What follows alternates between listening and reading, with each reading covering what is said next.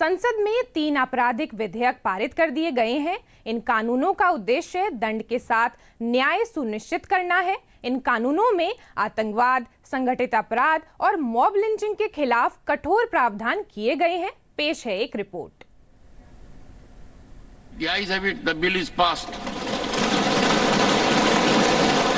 देश में आपराधिक कानूनों को बदलने वाले 3 ऐतिहासिक विधेयकों भारतीय न्याय द्वितीय संहिता 2023, भारतीय नागरिक सुरक्षा द्वितीय संहिता 2023 और भारतीय साक्ष्य द्वितीय विधेयक को संसद से पारित कर दिया गया।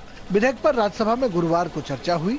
चर्चा का जवाब देते हुए गृह मंत्री अमित शाह ने कहा कि यह विधेयक गुलामी की मानसिकता को मिटाने के मोदी सरकार के संकल्प का एक हिस्सा है। हमारे संविधान निर्माताओं ने भी राजनीतिक न्याय, आर्थिक न्याय और सामाजिक न्याय को बरकरार रखने की संविधान की गारंटी हमारे 140 करोड़ के देश को दी है। इसको भी परिपूर्ति करने का इस तीनों बिल के अंदर प्रयास किया गया है।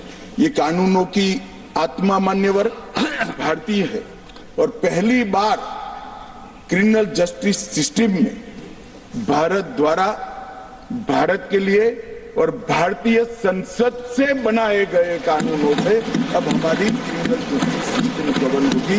इसका मुझे बहुत गौरव है माननीय। तीनों विधेयकों के प्रावधानों को स्पष्ट करते हुए गृह मंत्री ने कहा कि आतंकवाद, संगठित अपराध और मॉब लिंचिंग जैसे गंभीर अपराधों को लेकर आज तक कानून नहीं बनाए गए। भारतीय न्याय संहिता में भी अब 21 नए अपराधों को जोड़ा गया है, जिसमें एक अपराध मॉब लिंचिंग का है। हम पर आरोप करते थे कि आप मॉब लिंचिंग को प्रोटेक्ट करते हो, आपने तो कभी कानून बनाया नहीं, मगर हमने कानून बना दिया। मानव वध से बड़ा कोई गुनाह नहीं हो सकता और इसको कठोरता के साथ गृह मंत्री अमित शाह ने कहा कि राजद्रोह कानून औपनिवेशिक शासन के हितों की रक्षा के लिए बनाया गया था, जिसे भारतीय न्याय संहिता में जगह नहीं दी गई है। गृह मंत्री ने कहा कि भारतीय नागरिक सुरक्षा संहिता और भारतीय साक्ष्य द्वितीय विधेयक के प्रावधानों को इस तरह तैयार किया गया है कि आम नागरिकों के लिए अदालती कार्यवाही सुलभ हो।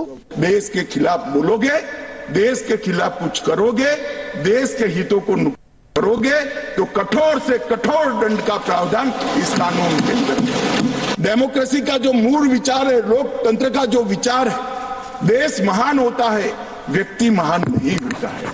मान्यवर, इसको इस कानून के माध्यम से हम ला रहे हैं। अपराध के लिए हमने एक नई अवधारणा, नई व्याख्या जोड़कर संगठित अपराध पर नकेल कसने का काम इस कानून के माध्यम से। जो लिबरलाइजेशन की बात करते हैं, छोटे से गुनाह के लिए जेल में डालने का जो कंसेप्ट था अंग्रेजों का, गलती होती है मान्यवर।